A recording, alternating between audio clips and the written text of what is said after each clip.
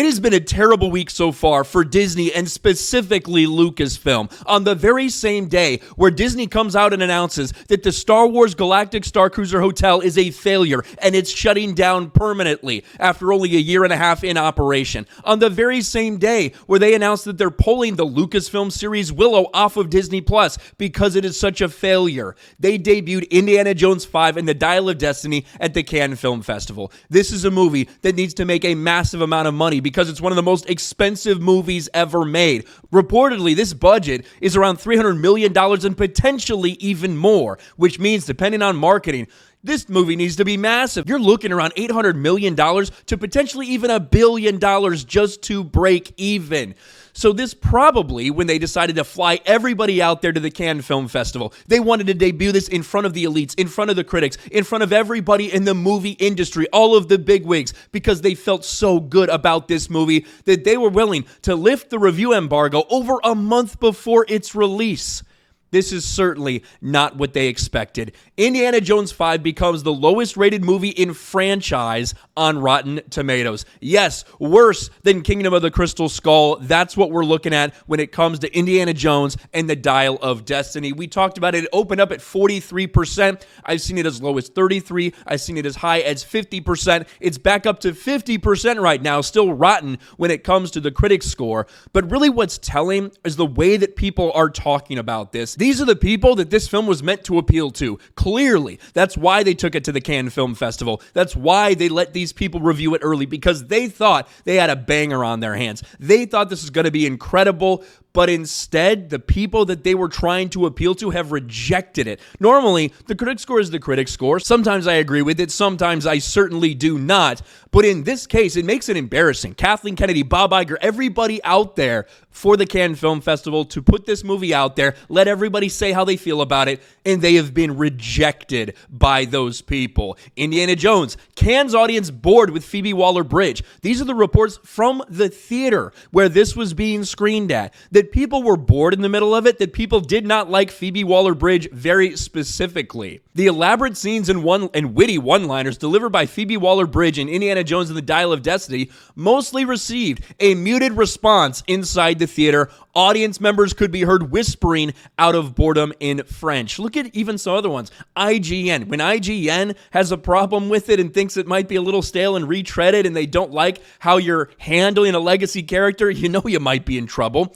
Indiana Jones and the Dial of Destiny fails to recapture Spielberg's magic with uninspired action and conflicting themes and character motivations. It's proof some things should just be allowed to end. What about this? This is from the BBC. Here's the title. Indiana Jones Dial of Destiny review, gloomy and depressing final act. And here's a quote. I'm not sure how many fans want to see Indiana Jones as a broken, helpless old man who cowers in the corner while his patronizing goddaughter takes the lead, but that's what we're given, and it's as bleak as it sounds. You're having the women take charge. You're having the strong, powerful women teach Indiana Jones what to do. Old-ass Indiana Jones. And this is what the critics are rejecting. Here's Critical Drinker tweets out this review from a publication. Indiana Jones and the Dial of Destiny, a shabby counterfeit of priceless treasure. And when you do, man, that's a brutal one because they are saying it feels fake to them. It doesn't feel like an Indiana Jones movie should feel. And we heard some of that with Kingdom of the Crystal Skull. I think we're going to have people begging for Kingdom of the Crystal Skull after this garbage comes out. You do have some positives. Again, you got half as many positive reviews as negative reviews right now, but even some of the positive reviews don't sound good, and I'll explain why. A film that inherits the directing manner from Steven Spielberg should know when to step up. It's about time executives realize franchises can't be cleanly separated from visions and talents of those who made them. What about this? The camera rarely creates meaning on its own, except when there's a familiar brown fedora somewhere on screen, at which point it changes towards a happy pup reuniting with its owner, a shot that repeats on at least 4 separate occasions. Here's a positive review from Donald Clark. There you go. Plays like just another episode in its creaky, unpretentious romp. A 3 out of 5. Congratulations. Here's a positive review, and listen to how it starts.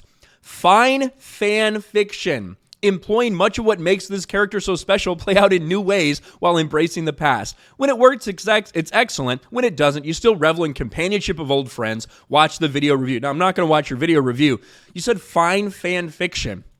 Even the positive reviews are acknowledging that this is not really Indiana Jones. The critics definitely split on this thing. We've seen a lot of positives come in, a lot of negatives, but even, like I said, some of these positives don't really feel like positives. They feel like they're just kind of barely scraping by because they don't want to give it a negative review. But the truly sad part is this is a total failure for Lucasfilm and Disney. On the same day where they got a trifecta of terrible news, this was absolutely embarrassing for them. To have people whispering in the theater because they're so bored with your movie. They didn't like Phoebe Waller-Bridge. They didn't like this old, sad, broken indie that's being led around by a strong, powerful whammon.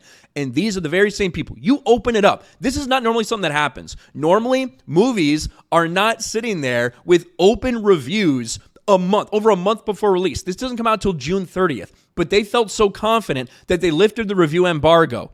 And now they're getting blasted. That's really why this is such an embarrassing number for them. This is not what they expected to happen. They expected people to love it, and they just quite frankly don't. And based off what everyone's hearing, based off what the reports are and what these reviews contain in them, the audience might despise it even more than the critics.